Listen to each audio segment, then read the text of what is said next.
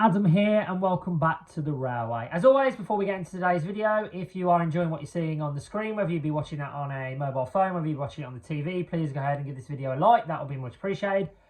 And go ahead and hit that subscribe button as well. Thank you for all your support so far. As always, it is very much appreciated. So thank you very much indeed. Today, everyone, I'm going to be looking at yet again another steam locomotive, and this time we're looking at it from Hornby.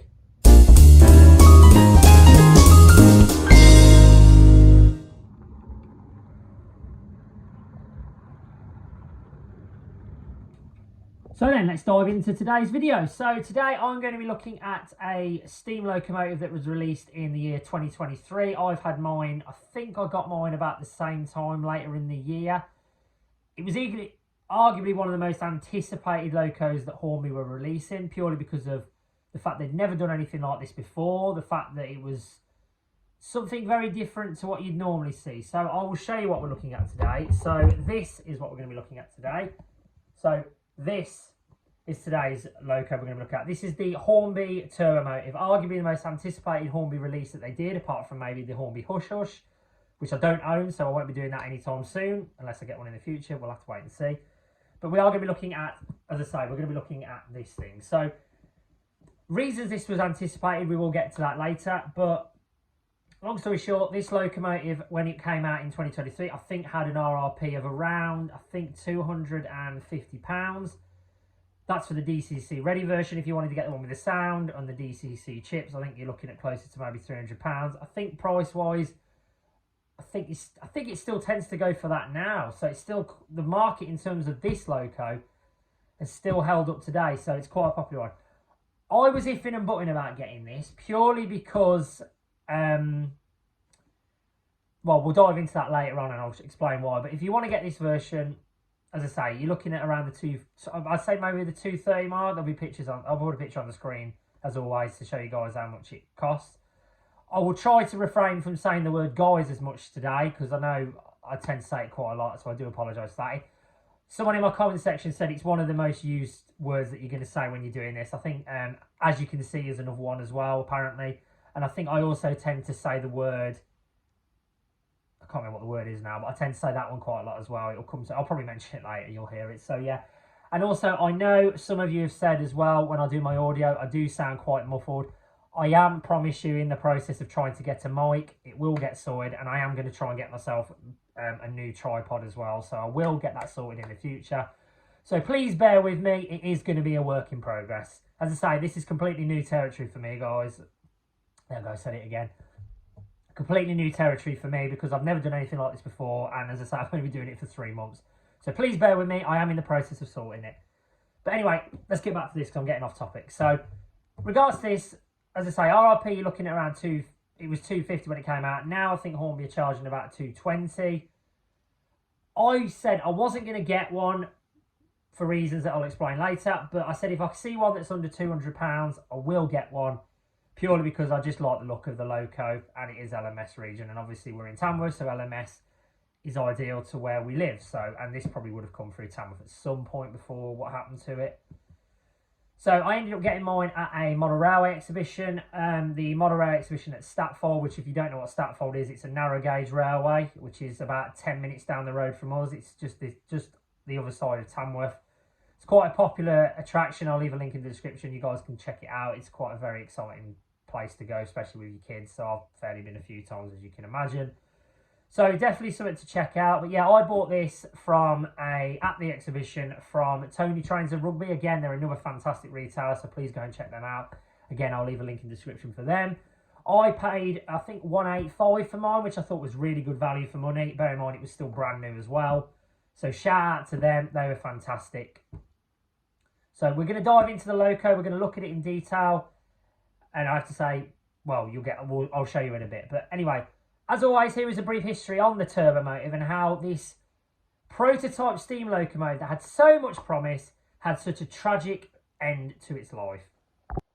The LMS Turbomotive was a modified LMS Princess Royal class steam turbine locomotive designed by William Stanier. Built by the London Midlands Scottish Railway in the year 1935 and inspired by the Swedish Lundstrom locomotives in the year 1922, The concept of it was to use steam turbines instead of cylinders. The locomotive chassis was constructed as a third prototype of the LMS Princess Royal class, utilising the class frame design and numbered 6202.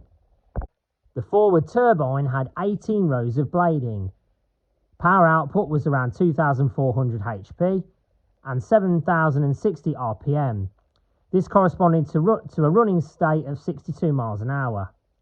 Boiler pressure was around 250 psi, and the turbine was designed to operate into a maximum back pressure of 2 psi.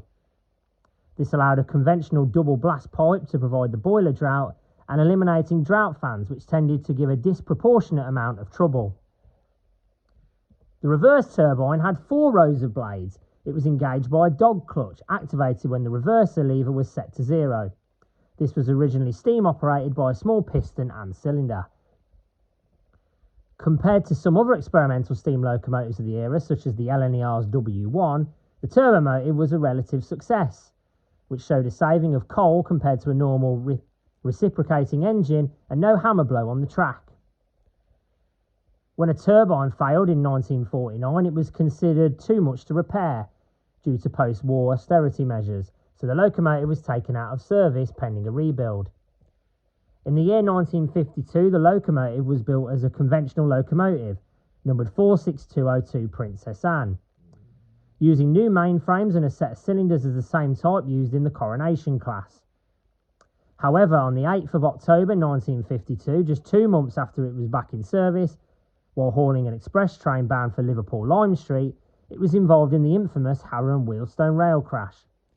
The locomotive was taken to Crewe, where it was deemed beyond repair and scrapped. The destruction of the locomotives led to the construction of BR standard class number 71000 Duke of Gloucester, which is still in service today. Right, here we are then, folks. So here is the box that you get your Hornby Turbomotive in, and like I said in previous videos, as you can see by the size of the box, it is absolutely massive. No surprises really. If you know what happened to the Hornby Hush Hush, you'll probably understand why they decided to put this in this size box. The Hush Hush had a lot of issues. There were so many people who received theirs when they ordered theirs pre-owned that unfortunately it ended up having that much damage in transit that there was that many complaints. Hornby probably would have been tearing their hair out, constantly going, what we're going to do? We've had that many complaints. We're going to have to seriously get our acts in gear and get this sorted. So shout out to them because they have sorted it with this one. My cousin in particular actually ordered his Hush Hush and actually had the same issues as everyone else. So to be fair to them, they have done this. So in terms of this, I will also explain that you can get this locomotive in the red LMS version. There are 2 different comparisons. I will explain when we get into the box and show you all the various packaging that you get inside, because there are 2 slight differences between this one and the LMS version. Obviously the Loco itself, look, I think they look pretty similar, obviously apart from the colour. The front I think is pretty much similar, and obviously the number would be slightly different because in the LMS version, obviously you wouldn't have the 4, you'd just have 6202, and obviously the BR wouldn't exist on the tender. Obviously this Loco never made it to Lake Crest, so you won't get it in that version because it never happened, and I'm sure I would have already explained that in my intro with the with my basically history of the Loco. Adam would have already explained why this Loco never got to Lake Crest. So anyway, without further ado, let's get into the box, and as always, I'm going to be a Wally, and behold the power of editing, guys. Pause the video, take it off. That's what I should have done in the last few. What a Wally I am. Right, so as always, you get your packaging, no problem with that.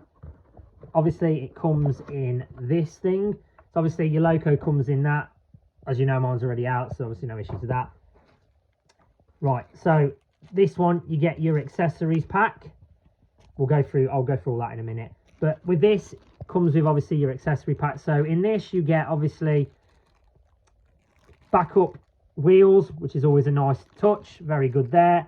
And also you get your extra couplings and things like that as well. And also with this, which I think is a nice touch, sorry I took it off the screen then. So yeah, wheels, couplings. You also get, I don't know if you can see that in the bag there, you also get painted drivers as well, which is quite a nice touch. Obviously I haven't used these because I don't think they're that good personally, but if you folks want to use yours, totally fine, no problems at all. So yeah, they are, as you can see, they're not too bad, but we've got our own in it, so we'll be happy to use that. We actually just use the standard Bachmann ones, to be honest, because I do think they are slightly better. But if you want to use them, obviously no issues with that whatsoever.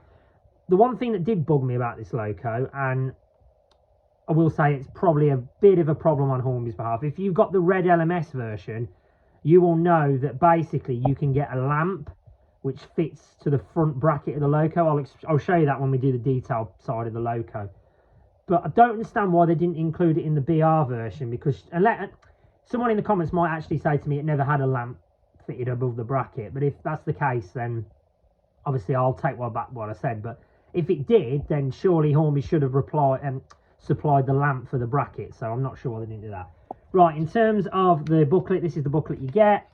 Well, it's not really a booklet, it's more of a piece of paper. So as always, this one explains obviously all your needs to knows. I can't even open it, that's a good start, isn't it?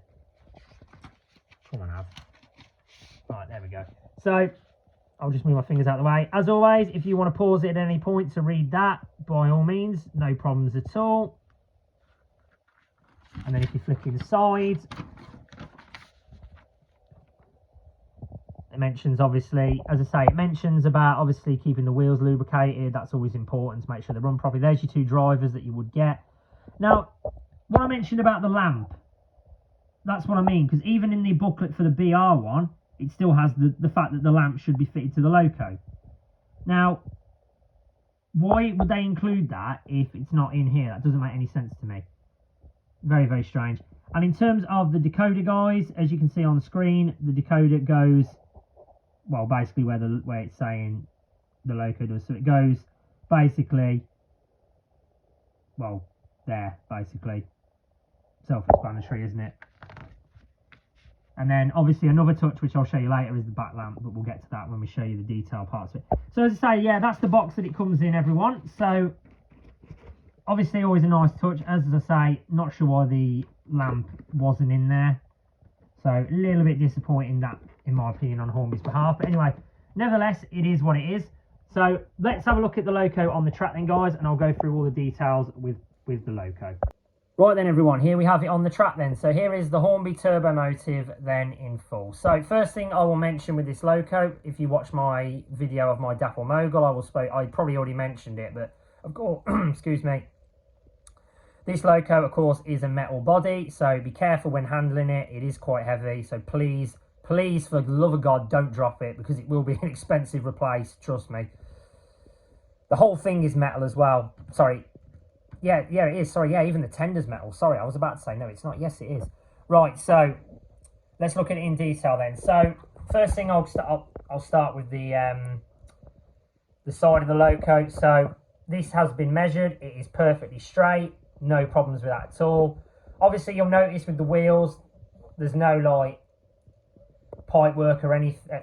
There's no rods or anything like that to go into there, because obviously this engine, as I already probably would have mentioned, didn't run on steam power. It ran on turbo power. So obviously there's no need for any steam pipes or anything like that. So it's a very complex design, isn't it? It's pretty much, well, 4 pony wheels at the front. You've got 6 driving wheels, and then you've got 2 wheels under the cab, haven't you? So it's pretty much a self-explanatory Loco. Nothing too complicated about it at all. Right, at the front, I'll try and get my fingers out of the way. Sorry there. Right, so you can clearly see you've got the number there, which is very visible. You've also got the shed code underneath, which is 5A. Someone in the comment section could let me know what that is. I'll probably take a gander and say it's Crew, because that's where this Loco was built. Obviously, at the front, you've got this hatch that opens, which it did in real life, so that's a nice touch by Hornby, so well done that. The buffers are sprung, as you can see there. Yep, excellent. And then you've also got the 2 lights at the front. These both work as well, as I will show you later on when we're testing it around the track, so that's always very good.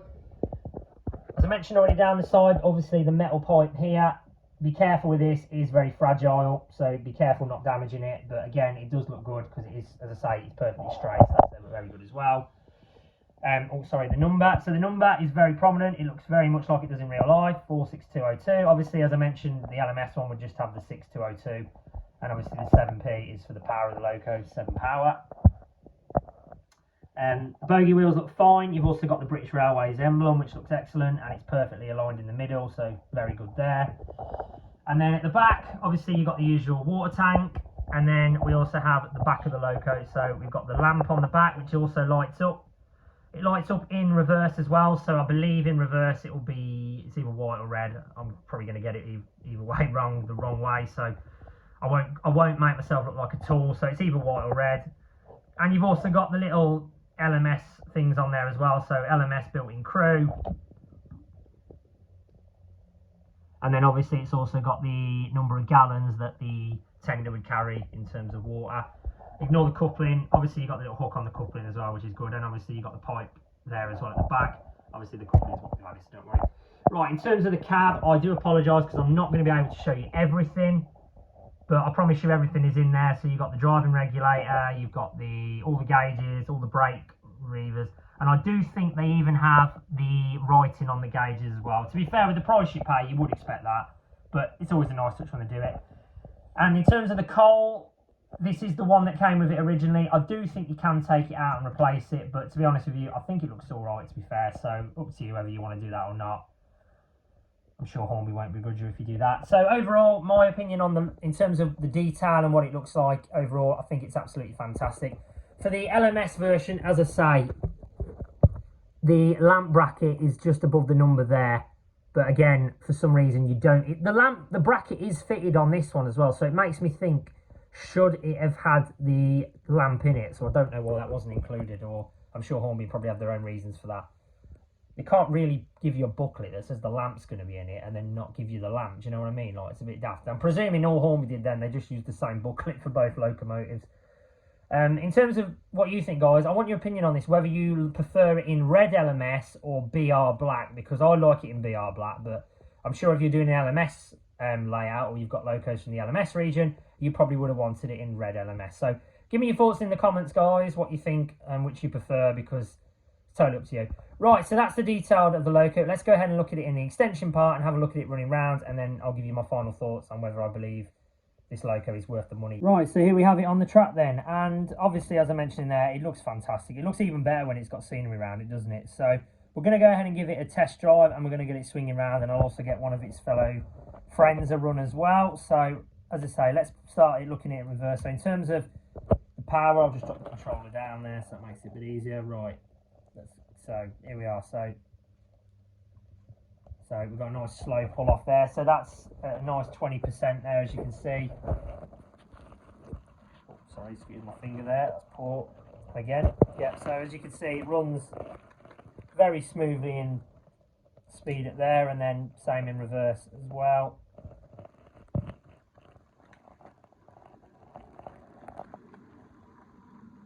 That's excellent as well. Very good as well. Yeah, okay. So in terms of mechanism, the mechanism on this is absolutely brilliant. So massive fair play to Hornby. They've got this one absolutely spot on. I know I've given them a bit of stick with my S15, but in terms of this one, I think it looks absolutely brilliant. So let's get it on some coaches then. So I've got it pulling its LMS. Well, the coaches it would have pulled back in the day. The LMS Stania coaches. And there we go, off she goes. So as I say, she is she's an excellent runner. And I would, if you do want to get one of these guys, I will leave a link in Hornby. Hornby have just retooled it actually as well, so there will be a new one coming out. And on the other track we have our Princess Arthur of Connaught. This is actually the super detail one. It's not the, I know Hornby redid it actually. So yeah, we'll have them running on some nice marine coaches and letting that run round. Let's go and check on more. Right, here we are. She's running nicely. So I know some of you in my, sorry about the mug. I know some of you said in one of my other videos, in fact, let me give it a bit more, in fact, let it come around and I'll give it a bit more speed.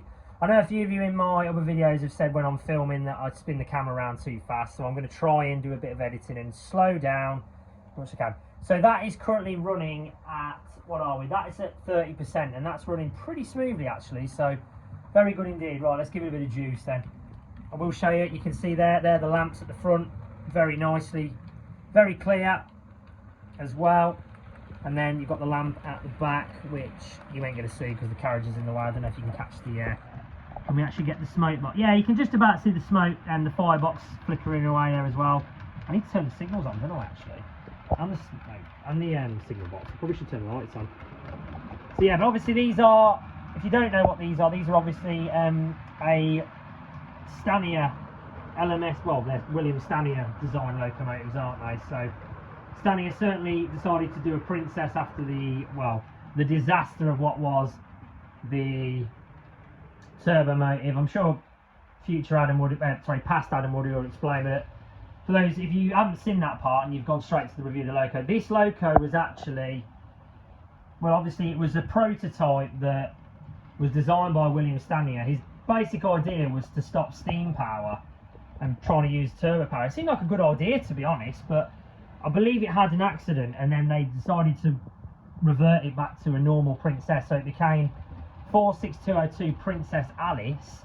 And then unfortunately for the poor Loco, in, I don't know the year, I can't remember what the year is, Adam would have already, I'm sure by now I would have edited in my intro of the Loco, so he would have told you the year by now. But yeah, it was involved in a very, very tragic railway accident in Harrow, and basically the Loco was that damaged, it was basically damaged with on repair. So unfortunately the Turbomotive would never be seen again. So a sad end really to what was potentially supposed to be a really beautiful locomotive, but oh well. Didn't stop Hornby redoing the model though, and I'm glad they did, because they have done, as I say, they've done a wonderful job with this. I'll get a lovely shot of it here coming through the station. There she is, look at that. I love that shot, that camera angle, it looks absolutely brilliant. Fantastic. While I'm here guys, I'll also show you as well, guess what, hey, we have a path. I've decided we've added a path. Whether we'll add more in the future, again, to be seen, but don't worry, we've got one now, so you can stop whinging about it. It's real, it does exist. But yeah, anyway. So, in my personal opinion, if you want one of these, I would definitely recommend getting one. Obviously, don't get me wrong, it is a lot of money for what you get, but you got to remember, it's a metal body. You know, it's a heavy Loco. It was one of the most eagerly anticipated ones that Hornby released, other than obviously, as I mentioned, the Hush Hush. So, by all means, I would recommend you getting one, because I love mine. The reason I was put off with it is because obviously, as you know, on the DCC sound version, obviously you get the sound with it, and obviously it's nothing like you'd expect before. And I think that's why you pay so much for the DCC ready one, because basically, well, you get the sound, and obviously the sound, I have no idea where they would have got the sound chip from, because obviously there's no Loco like this in the world anymore. So yeah, as I say, another massive shout out to them. They look good, don't they, running through there together. Excellent. So as always then, I think, as I say, yeah, I would recommend you getting one anyway, so definitely a shout out in the future. So right then everyone, I'll leave the video there then, and I'll leave you with my final thoughts. So if you want to purchase one of these Turbomotives, I would say the best place to get one at the moment is Rise Sheffield. I'll leave a link in the description for them. Seem to be the best value for money at the moment, so I'd definitely recommend that. So I'll give you my final views on it. So in terms of the packaging you get, I think it comes in an excellent box, no issues at all. Big pet peeve is obviously you don't get the lamp with the BR version, but that is what it is. There's not much you can do about that. And in terms of running, it's an excellent runner. No problems with it at all. I don't think many people have complained about it running at all, so that's good. And yeah, overall, it is a very good locomotive. So definitely one I'd recommend you purchasing in the future. I was delighted to get mine as always, like I've mentioned. So yeah, go ahead and get one of these. I would recommend it entirely. So as always then, I'll leave the video there then. So as always, thank you for watching today's video. Really appreciate the support. And as always, thank you to everyone who subscribed to the channel. And please continue to keep subscribing, because the support is much appreciated. So thank you very much for all that indeed. So take care everyone. I'll see you in the next video, and all the best. See you later. Bye.